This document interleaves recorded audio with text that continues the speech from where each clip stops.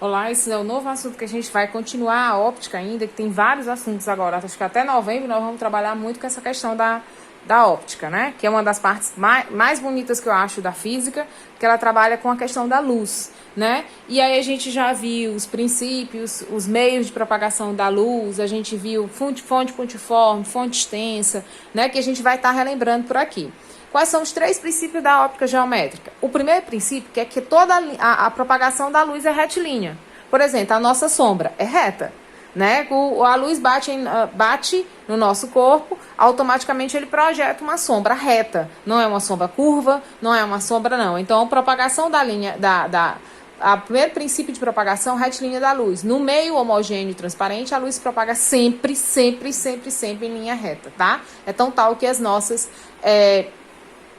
como se fosse aqui a sombra, como né, nos vídeos que vocês viram.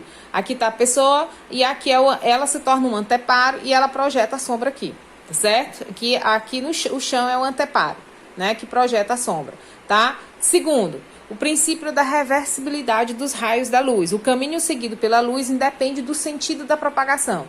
Toda vez que vocês lembrarem disso, vocês vão se lembrar do retrovisor de um carro. Quem está lá atrás pode ser visto. Eu posso tanto ver o motorista como o motorista pode me ver, né? Isso quem está lá na frente do carro. Então, isso é o princípio da reversibilidade da luz. Ela pode ser revertida quando eu olhar, ou então eu estou me arrumando no espelho e chega alguém, né? Eu posso tanto ver essa pessoa como ela pode me ver ao mesmo tempo, né? Isso é o princípio da reversibilidade da luz. Terceiro princípio, que é a independência da luz. Os raios eles podem se cruzar e não vai acontecer nada. Cada um segue seu caminho normalmente, né? Princípios da independência da luz. Um raio de luz ao cruzar com outro não interfere na sua propagação, ele passa direto, tá? E com esses 3, como com o primeiro princípio, que é a propagação retilínea da luz, a gente vai montar, vocês viram no vídeo de vocês, mostra a sombra e a penumbra, né? Isso, sombra, vocês já viram, que sombra é a parte mais escura e a penumbra, geralmente, ela é feita aqui ao lado, ó.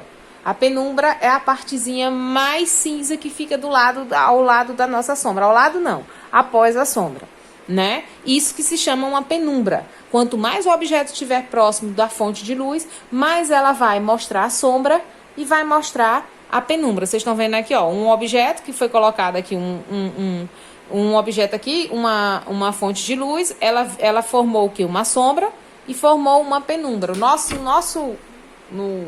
A gente também vê a penumbra, só que a gente não se toca. A penumbra, de manhãzinha, antes do nascer do sol, existe a penumbra. Não há formação de sombras. Já perceberam isso? E também no horário de 5h45, 5 e quase dando 6 horas, né? Porque vai depender de quando o sol se põe, né? Existe uma penumbra também, não há formação de sombras, né? Só ocorre uma penumbra nos nossos corpos. Por quê? Porque não tem luz. A luz, quando está amanhecendo o sol e já está claro, mas o sol não está, então não há formação de sombra.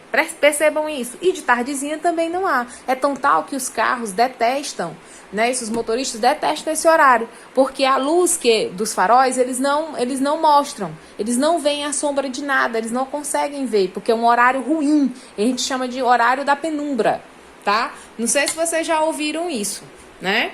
E essa sombra e essa penumbra, a gente faz os cálculozinhos de algumas questões simplesinhas. É simples esses cálculos de sombra e de penumbra. A gente quer calcular, por exemplo, o tamanho de um prédio, mas não tem como medir o prédio. Só sabe que ele tem 20, 30 andares, mas não sabe qual é a distância dele em metros, qual é o tamanho dele em metros. A gente pode fazer isso utilizando a semelhança de triângulos, tá? Pelas sombras dos dois objetos, das sombras formadas pelos dois objetos, tá? Eu posso me colocar bem à frente, ó. Vamos ver aqui. Aqui é um cálculo já respondido. Esse aqui é do material que está indo para os alunos, tá bom? Olha aqui. Deixa eu focar mais um pouquinho direitinho e trazer mais para vocês aqui. A gente tem aqui, no mesmo instante, a sombra projetada por uma pessoa é de 3 metros. E de um edifício é de 80 metros. Aqui a gente pode... Mangue muito meu neguinho, não, que eu só sei desenhar homem assim, tá? Pessoas assim. Eu não sei desenhar com cabelo, com coisa, nem nada. Não mangue, não.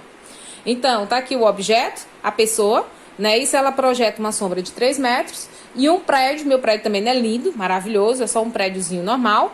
tá? Com janelinha, ele projeta uma sombra de 80 metros. Sabendo que a altura da pessoa é 1,80 m, determinar a altura do edifício. Até aqui o edifício. Aqui eles formam, se vocês observarem, a luz forma um triângulo, né? Isso com a formação da sombra até o final da sombra e a cabeça da pessoa ou do prédio, eles formam 2 triângulos, ó. Tá certo? 2 triângulos retângulos. Quem não se lembra o que é um triângulo retângulo, é um triângulo que tem um lado reto. Este aqui é reto com esse, ó. Por aqui dá para observar melhor, um lado reto, tá? E a semelhança de triângulos, ele diz que esse lado é proporcional a esse e esse lado é proporcional a esse. Então, quer dizer o quê? Vai ficar uma proporção. A altura da criança ou da pessoa aqui está para a altura do edifício, assim como, forma pela igualdade, a sombra da pessoa está para a sombra do objeto. É só uma regra de 3, ok? Aí o que eu vou fazer aqui? Fazer os meios pelos extremos. 1,80 vezes 80 e x vezes 3. Vai ficar o quê? X vezes 3 vai dar 3x é igual 1,80 vezes 80, eu vou colocar aqui 1,80 vezes 80, você vai encontrar que 3x é igual a quanto? 144. Fazendo essa divisão, x é igual a 144 dividido por 3, você vai achar que x é igual ao quê? 48 metros. Significa que o tamanho desse prédio equivale a 48 metros, mas você faz isso fazendo a relação com a altura de uma pessoa e a altura do prédio. A sombra da pessoa com a sombra do prédio. E assim vai. Voltando aos nossos exemplos, né? Voltando para a gente ver, como a gente já havia visto da pessoa que tem 1,80 m, gerou uma sombra de 3, um prédio que eu vou descobrir gera uma sombra de 80. Então, o que a gente vai fazer? Vai continuar fazendo isso. Isso aí é a formação de quê? Vamos a formação de sombras, né? O tamanho de sombras. E leva em consideração o princípio retilíneo de propagação da luz, né? De propagação retilínea da luz. Eu sempre coloco propagação primeiro, o retilíneo primeiro. Determinar o comprimento de uma sombra de uma pessoa, tá aqui, ó. Aí eu fiz a pessoa, geralmente é bom você desenhar. Determinar o comprimento da sombra de uma pessoa. Então, a pessoa, bonitinha aqui, e aqui a sombra dela vai ser X. Situada ao lado do poste de luz indicado na figura. Então, vamos lá. Meu poste tá bonitinho, né, gente, aqui? Mas tá fofinho. Foi assim que eu consegui fazer. Olha, como é que eu vou saber o tamanho dessa sombra dessa moça projetada? Ou desse moço? Eu sei que um poste de 8 metros projeta uma sombra de 2 metros. E uma pessoa de 1,60 m projeta uma sombra que eu vou descobrir.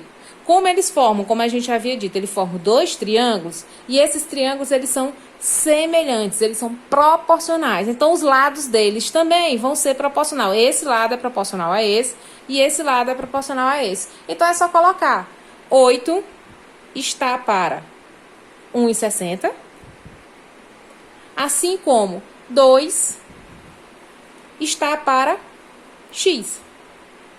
Sempre vai ser assim, a altura pela altura, a sombra pela sombra. Isso aqui vai ser isso aqui se forma uma regra proporcional lá da 6ª série, tá? Que é uma semelhança de triângulos. Então eu vou fazer agora os meios pelos extremos. 8 vezes x vai dar 8x, que é igual ao quê? A 1,60 vezes 2. 8x é igual a 1,60 vezes 2, eu vou achar 3,2. Fazendo isso aqui agora, isolo o quê? O x é igual a 3,2 dividido por 8, é como se fosse 32 dividido por 4. Eu vou achar que a sombra da pessoa vai dar o quê? 3,2 dividido por 8 vai dar 0,4 metros. Então, não é tão difícil, né? Ok? É só lembrar altura pela altura e sombra pela sombra sempre e fazer uma regra de 3. 8 está para 1,60, assim como, que a gente bota a igualdade, assim como 2 está para x. Meios pelos extremos, 8 vezes x e 1,6 vezes 2. Aí você faz a equaçãozinha de primeiro grau, tá? Outro exemplo da propagação retilínea da luz, nós temos os eclipses. Quem já não conseguiu ver, ou então uma parte do eclipse, existem dois eclipses, o eclipse lunar e o eclipse solar. O eclipse lunar, como vocês já viram pelos vídeos, é o mais fácil de acontecer, né? Dele acontecer. O eclipse solar ele é o mais difícil, o alinhamento dele, por causa da forma elíptica da Terra, né? O eclipse lunar, ou seja, tá aqui ele, ó, o Sol, Lua, Sol, Terra e Lua. Ou seja, no eclipse lunar, a sombra da Terra, né, a sombra da Terra fica sobre a Lua. Tá ok? No eclipse lunar ocorre quando a sombra da Terra é projetada sobre a Lua. Né? Isso, como ela não possui luz própria, né? Ela não tem, a Lua, como a gente já havia, a Lua ela é um corpo iluminado, né? Isso acaba por ficar encoberta pela sombra e torna-se ela invisível, parcialmente visível. Vai depender das posições e da forma como o fenômeno ocorre. Tá? Quando a Terra fica de frente à Lua, ela perde o brilho dela. Então fica um dia sem Lua, tá? E o eclipse solar é o mais raro de acontecer, né? Que vocês já viram, porque o alinhamento tem que ter o alinhamento do Sol, da Lua e da Terra. Já o eclipse solar ocorre quando a Lua intercepta a luz sobre uma determinada área da Terra. Ó. Mas só que o eclipse lunar, o eclipse solar, ele é mais ruim de se ver, que vocês vão ver que só fica uma partezinha que faz sombra. Bem pequenininha que faz sombra. Ou seja, a Lua projeta um pedacinho de sombra na Terra e o restante vai ser penumbra, tá? Então, essa área privilegiada, essa pequena areazinha que ficou na Terra, pode visualizar todo o processo em que a Lua passa na frente do Sol. Ou melhor, é um dia claro que fica escuro, porque a Lua fica na frente do Sol, tá? Nós só tivemos, esse ano, nós fomos o ano de recordes de eclipse. Nós tivemos Lua sangrenta, vocês se lembram da história? Lá para junho, se eu não me lembro, ou foi maio. Nós tivemos Lua sangrenta, tivemos 3 tipos de eclipses lunares e um solar. Só esse ano de 2020 nós tivemos o privilégio de ter um eclipse solar. Só que o eclipse solar, como a gente havia dito, não pode ser visto em todo lugar da Terra, só em uma parte, né? E o eclipse lunar não. Muitas pessoas poderiam ter visto, se ficarem acordadas até 2, 3 horas da manhã, vocês veem essa parte, tá? Então a sombra, a projeção da sombra também tem essa questão dos eclipses, que são as coisas mais lindas. Ah, e voltando também, tem muita gente este ano que diz que o caju não deu, né? Por conta desses eclipses. E tem muitas histórias gregas e da Grécia Antiga que dizem isso, que quando o ano que tem muito... o pessoal até acordava, né? O pessoal mais antigo batia nas panelas para acordar as árvores. Não sei se vocês são desse tempo. Mas o pessoal mais velho, o avô de vocês, pode estar perguntando, eles vão dizer para vocês. Esse pessoal mais velho, seus tios, por aí, eles podem estar dizendo. E esse ano, talvez, o caju, né? Ciência do agricultor, pode ser que não tenha dado muito caju este ano por conta dos eclipses.